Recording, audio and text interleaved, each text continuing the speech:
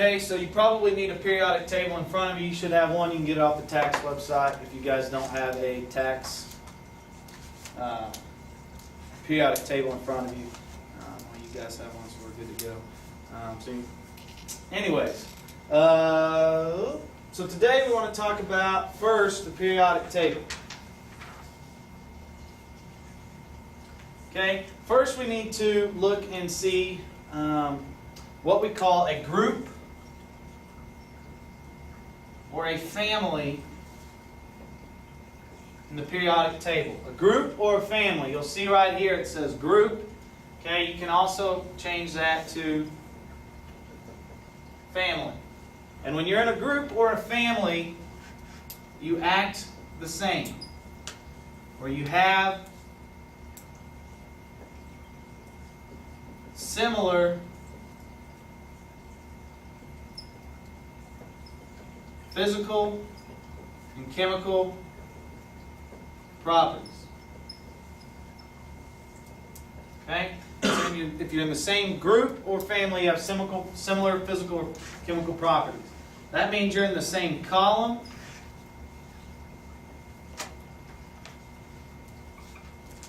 and you act the same. Okay? So if I told you guys that hydrogen here in group 1, hopefully you're writing this. If I told you that hydrogen in group 1, when it is released into the atmosphere and it mixes with oxygen, it would explode. Okay? Say it did that. Okay? If I told you hydrogen exploded, anything in this group should be able to what? Explode, because what I tell you, they act the same. Okay? So if you're in the same group, if you're all in group 1, that means you all what? Okay, you would explode. If, for instance, I told you hydrogen explodes when it's released with oxygen, you would assume that lithium, sodium, potassium, rubidium, cesium, and francium all explode as well. Okay? Now, knowing that, I want you to take your periodic table on the test and I want you to regroup them. I want you to give them different group numbers. You can keep this one group 2, keep this one group 3.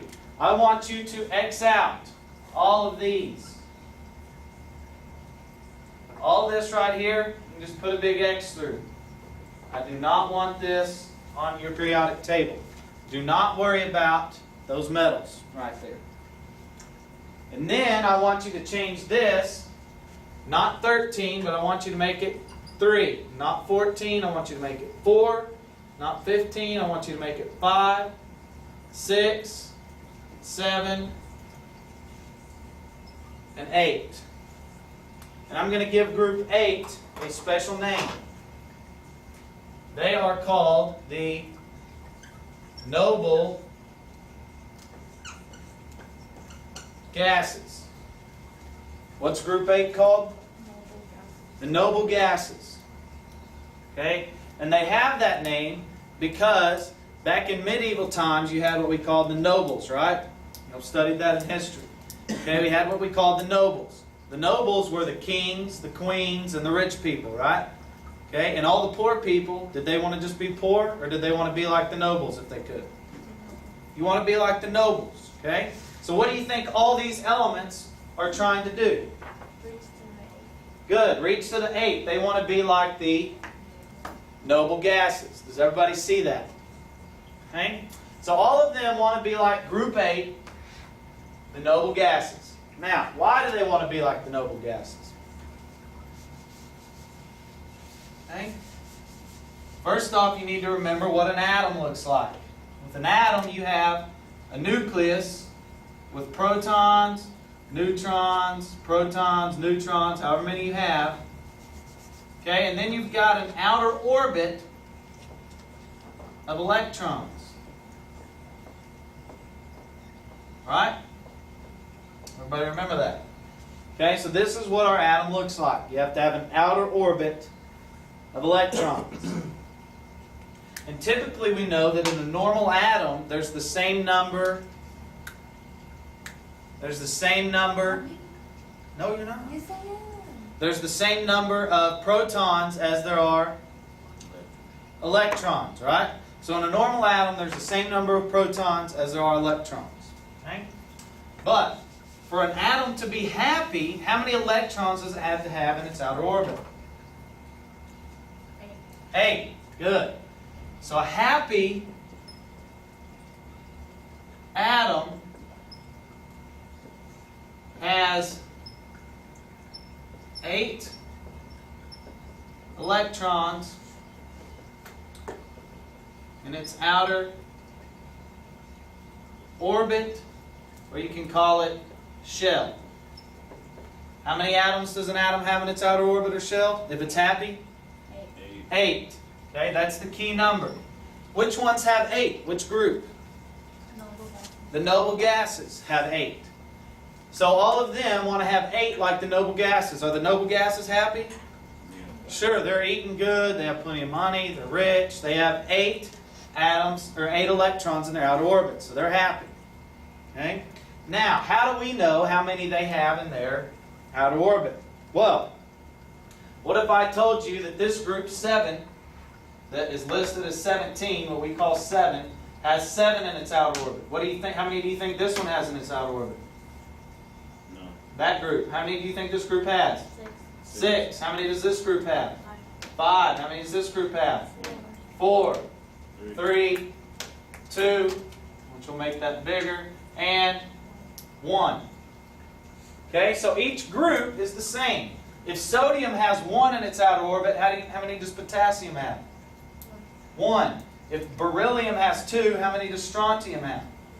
2. Okay, so again, all the groups act the same. Okay? So if they're in the same group, another thing that you can see on the test, real quick, I forgot to tell you guys, okay, is that they might have a question. They'll say, okay, which group of atoms is going to act the same? Okay, which group of atoms is going to act the same? So this is kind of totally different, going back to the groups. Okay, they might have a question and it'll say, which group acts the same? Acts same, they might say, has similar characteristics. Okay? Whatever they say, what they want to know is they're going to give you a list. And one list might say hydrogen, lithium, sodium, and potassium. Another one might say boron, carbon, nitrogen, oxygen. Another answer choice might say aluminum,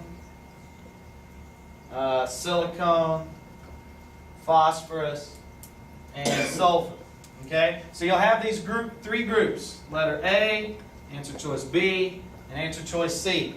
Which group is going to act the same? They have to be in the same what? Family. Same family, which is the same row or the same column? Row. The same row or the same column? Same column. They have to be in the same column, the same group. Okay? Columns go up and down. Okay? So they have to be in the same group, not in the same row. So which one of these is in the same column or the same group? Answer choice B. Because we know hydrogen, lithium, sodium, and potassium are all in the same column, same group. Okay, so they'll all act the same. So that's that question. Now, why do they act the same? Because if we look at fluorine over there in group 7, how many electrons does fluorine have in its outer orbit? 7. Has 7 electrons in its outer orbit. Okay? So 7. 1, 2, 3, 4, 5, 6, 7 negatives. Okay? And we know that a normal atom, for every electron, there's a positive or a proton, right? So 1, 2, 3, 4, 5, 6, 7. Now, if you have 7 electrons in your outer orbit, to get to 8, is it easier for you to lose all 7 or gain 1? Gain 1, okay? So we gain an electron. And then we know that these all balance, right? What are we left with? A negative. So what's the charge of fluorine when it's happy? -1. So you've got fluorine up here, and it has a -1. And from yesterday's lesson, We know that fluorine with a -1 is called a what? An ion. So this is a fluorine ion. You remember yesterday when we talked about ions? This is how fluorine ions are formed. Okay? So the charge of fluorine is -1. Then what do you think the charge of chlorine will be? What do you think the charge of bromine will be? -1, an iodine. So we can label this whole group as a what? -1. Okay? Then we'll go to oxygen. Let's look at oxygen. How many electrons in its outer orbit? 6. So 6 electrons. 1, 2, 3, 4, 5, 6. How many protons then? That's 6 with the protons. 6, balance it out. Does it have 6 total protons in oxygen? No, we're just balancing it out with the electrons, okay? Now, how many electrons does it want to add or subtract to get to 8? 2. It wants to add 2. So now what's oxygen's charge? Good, so oxygen is an ion of -2 because an ion is an atom with a charge. So what can we label that whole group? -2. Any guesses on what we're going to be able to label group 5? -3, because if you're at 5, you want to add 3 electrons to get to 8. Okay? Now, let's start back down here on the other end and work our way back to the middle. So we'll start with lithium. How many electrons on the outer orbit does lithium have? 1. And for every electron, there has to be a positive. Now, if you only have 1, is it easier for me to gain 7, or is it easier for me just to lose that 1? Lose that 1. So I'll erase it. I'll lose that 1. Now, lithium is a +1. Lithium is a +1. So what do you think we can label that whole group? +1. The same thing with beryllium. It has 2 positives and 2 negatives. We get rid of how many negatives? Good. It's easier to lose 2 than gain 6. So now what's beryllium? Be. Good. Beryllium is a +2. So what can we label that whole group? +2. So what do you think we can label group 3? +3. Now, carbon. How many electrons does carbon have on its outer orbit? 4. So is it easier for it to gain 4 or lose 4? It's the same. Okay? That's what's so significant about carbon. It can gain 4 or it can lose 4. Okay? Whenever you burn something, what's left? Carbon. The black stuff is called carbon. Okay? The ashes are carbon. So anything you burn has carbon in it, right? Why do you think everything has carbon in it? Because it's just as easy for carbon to go positive as it is to go negative. Carbon's very easy going. Okay? Does that make sense? Now, why do we need to know what the charges are? Okay? You need to know because this is how you do bonding. Okay? So when we bond elements, like what we talked about yesterday's lesson with covalent or ionic bonds, you know how they bond based on their charge. Like we have water. The chemical symbol for water is H2O. Why is this 2 here? Because what's the charge of hydrogen? What's the charge of hydrogen? +1. Good. What's the charge of oxygen? What's the charge of oxygen? -2. Does everyone see that? We already have all this information down. Now, how many +1s is it going to take to balance a -2? 2. So that's where we get a 2. So now we know it's H2O. Right? And it's balanced. It has 2 negatives and 2 positives. Okay? Another one. Take sodium, Na, and chlorine, Cl. What's the charge of sodium? +1. What's the charge of chlorine?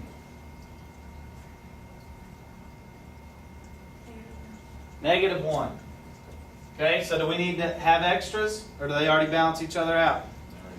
They already balance each other. So that's where you get NaCl. Do we need any subscripts down there? No. NaCl. What is that?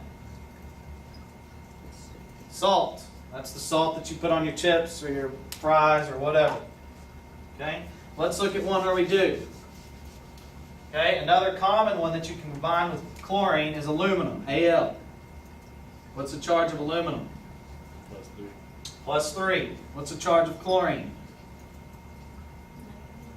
-1. So how many chlorines is it going to take to balance aluminum? 2. Only 2?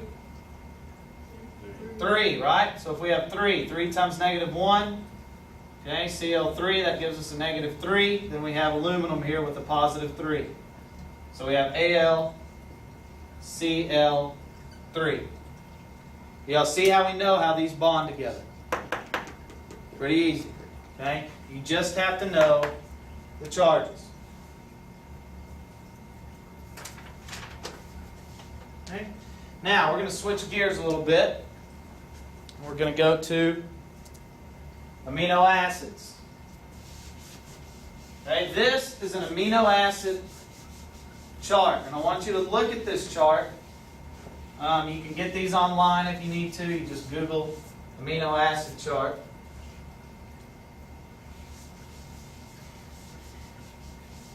And you use this amino acid chart to figure out, according to your sequence, what your amino acids are. What letters do we notice in here? U, C, A, and G, all the way through, right? So is this RNA or is this DNA? RNA, because we know RNA pairs A to U. Are there any T's anywhere in here? No, so it can't be DNA. Okay? So this is RNA. Now, the stuff that they're going to do on the test is they're simply going to do this.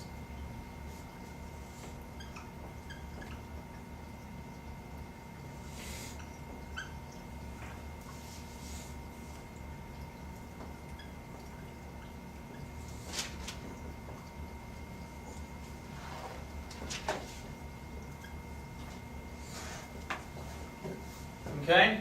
They're going to give you the names of an amino acid.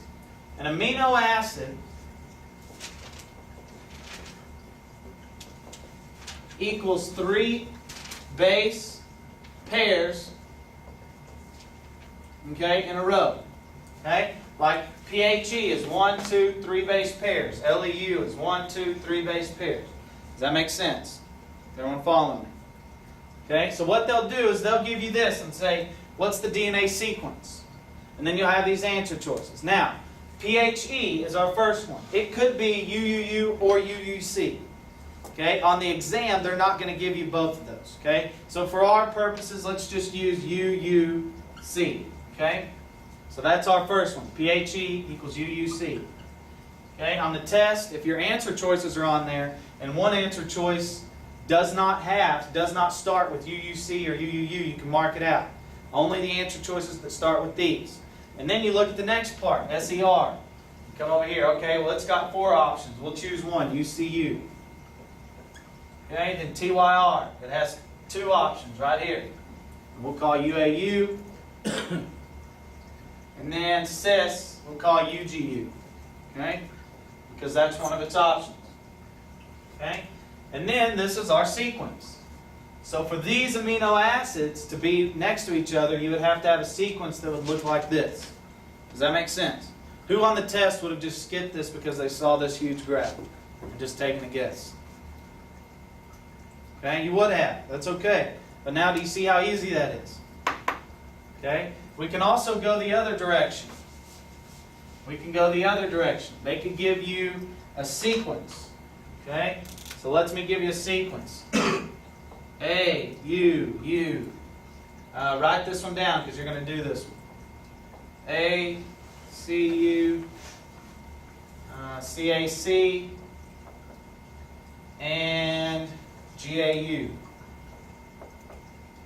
Okay? The first thing I want you to do, if they give you a big long sequence like that, is go ahead and break it into 3s. That way you know exactly where they're at. And then the question on the test is going to say, what are the names of the sequence of this amino acids? Okay, so we'll do the first one. What's AUU? And then y'all can do the rest. The L. Good. LLEU, right there. LLEU. So that's the name of that one. What's ACU? Good. THR. We got that right there. ACU. Then CAC. What's CAC? HIS. HIS. Looks like his. Okay? And then GAU, what's GAU? Good. ASP, right?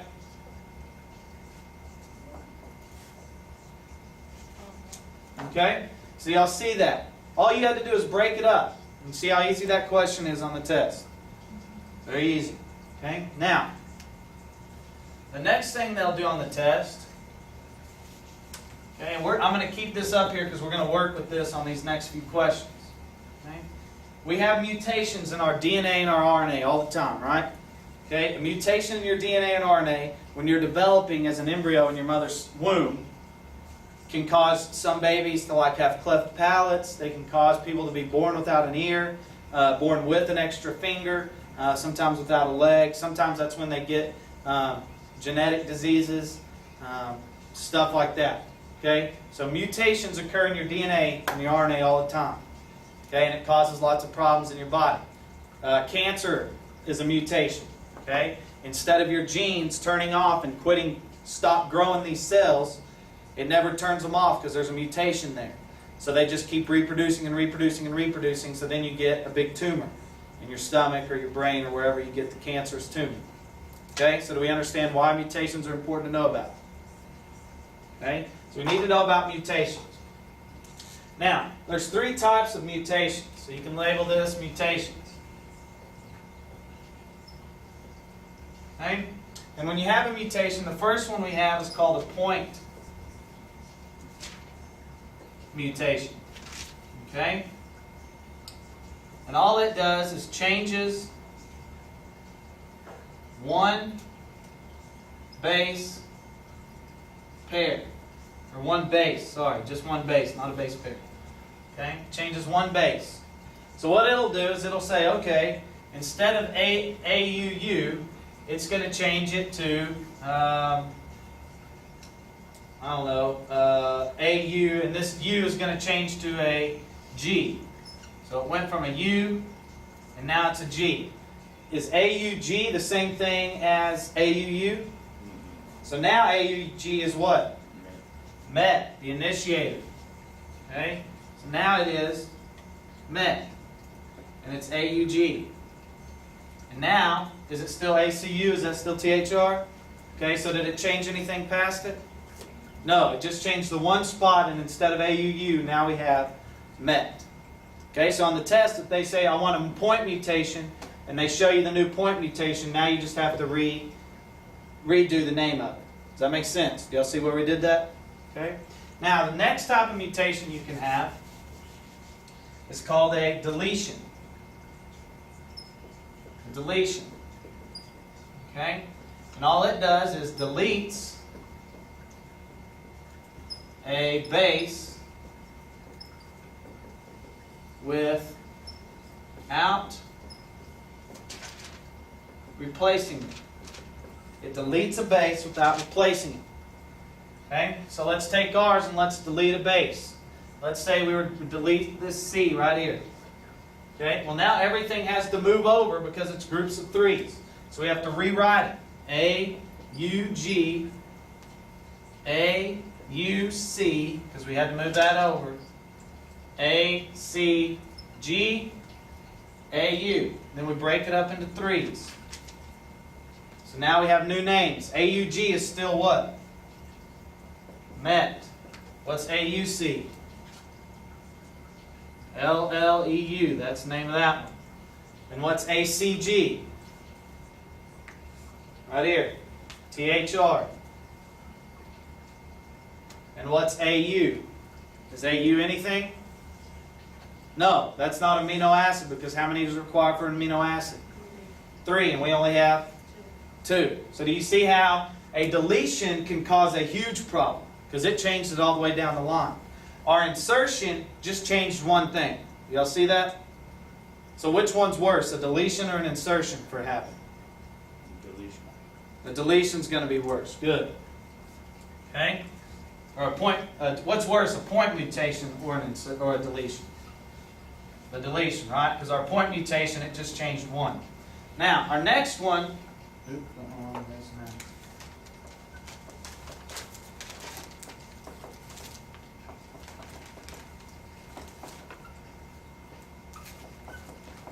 Our next one is simply going to be a insertion, and it's the opposite of a deletion.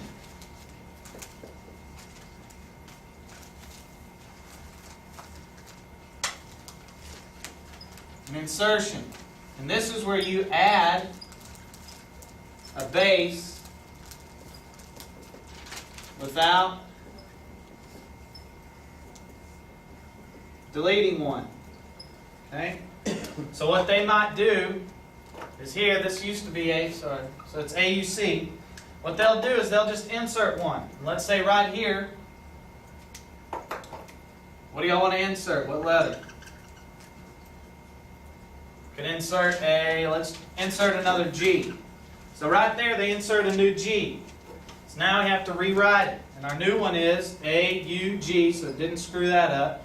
But now it's GAC UCA CGAU. And then we want to break it up into groups of 3. Okay? Does this U, can it be an amino acid by itself down here? No, because how many does it need? 2, 3, right? Okay, so now we want to rename them. AUG is still met. What's GAC? ASP. So that one changed. What about UCA? SER up there at the top, right? And CUG or CGA. What's CGA? ARG, right? Good. Okay? So now we had an insertion. You see how an insertion changed it just as bad as a deletion did. Okay, so the one that's not too bad is just a point mutation. So do we know what an insertion, a deletion, and a point mutation are? Any questions on any of that? Okay.